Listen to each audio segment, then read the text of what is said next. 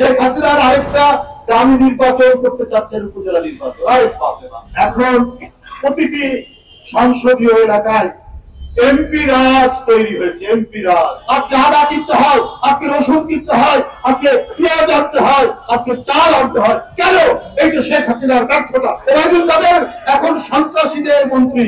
গতকাল official temperature ছিল সারাদিনের পর 39 ডিগ্রি সেলসিয়াস, কিন্তু মানুষের কাছে অনুভূত হয়েছে 41 ডিগ্রি। এটাও বলা হচ্ছে ঢাকায় 41 ডিগ্রি।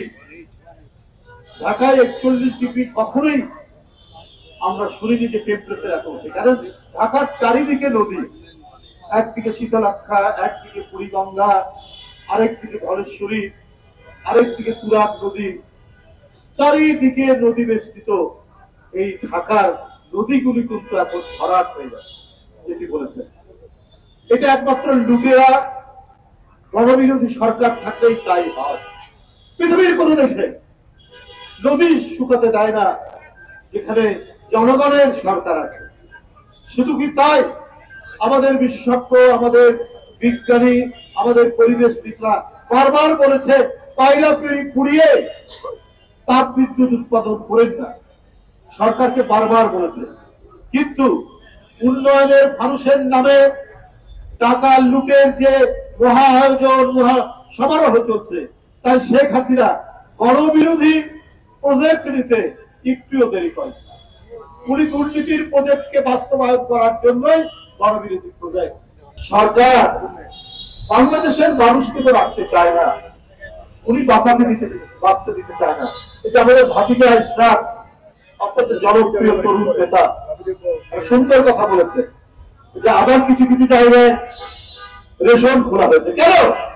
জিয়াউর রহমানের সময় থেকে ধীরে ধীরে রেশন বন্ধ হয়ে গেছে। আমাদের ফলন বেড়েছে, আমাদের উৎপাদন বেড়েছে, আমরা বিদেশে চাল রপ্তানি করেছি।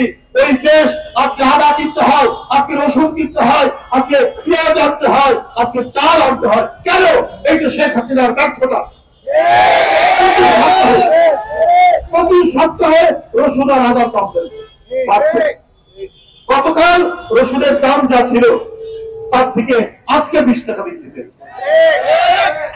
বন্ধুরা আমার, আর এই যে নদী ভরাট, এই যে গাছ কাটা, এই যে আমাদের নারকেল উজাড় হয়ে যাচ্ছে, তার বদলে তো আমরা দেখতেই পাচ্ছি ফরিদপুরের ছাত্রলীগের প্রেসিডেন্টের 2000 কোটি টাকা পাচার। তাহলে এগুলোর মধ্যে দিয়ে তো টাকা আসে, এগুলোর মধ্যে দিয়েই তো টাকা আসে। ওবায়দুল কাদের আছেন না একজন মন্ত্রী, নাকি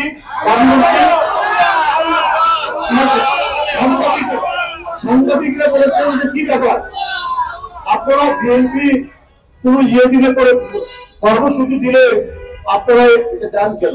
একটা পাল্টা দেখা যায় যে আপনারা উনি বলেছেন যে তাদেরকে মানসিক ভাবে বাধা দেওয়ার জন্য,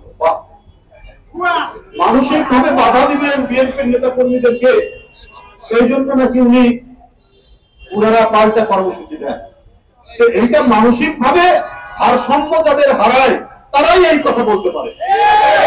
ওবায়দুল কাদের এখন সন্ত্রাসীদের মন্ত্রী, এখন গুন্ডাদের মন্ত্রী। বিএনপির কর্মসূচি ঘোষণা হলে উনি পাল্টা কর্মসূচি দেন, কারণ ওদেরকে তো লুটপাট করে টিকতে হবে। শেখ হাসিনার আরেকটা দামি নির্বাচন করতে চাচ্ছেন, উপজেলা নির্বাচন। কি নির্বাচনের আপনার ফুর্তি তাদের? আওয়ামী লীগের অন্যান্য নেতারা কেউ সুযোগ পাচ্ছে না। আওয়ামী লীগের এমপির শালা, আওয়ামী লীগের এমপির ছোট ভাই, আওয়ামী লীগের এমপির স্ত্রী, এরা হচ্ছে আপনার ক্যান্ডিডেট। আওয়ামী লীগে তার সাধারণ মানুষ কেউ চায় না। তো ওদের যে সমস্ত নেতারা ছিলেন তারা আস্তে আস্তে ফুরিয়ে যাচ্ছে, তারা আস্তে আস্তে মারা যাচ্ছে, তখন আর যোগ্য লোক নেই।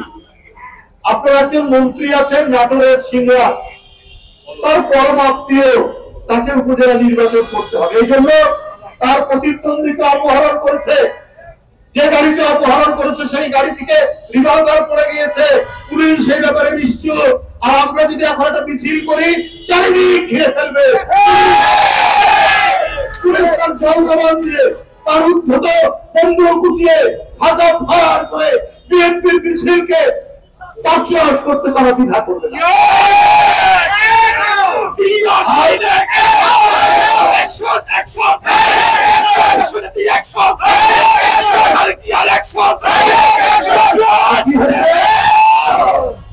এখন প্রতিটি সংসদীয় এলাকায় এমপি রাজ তৈরি হয়েছে, এমপি রাজ।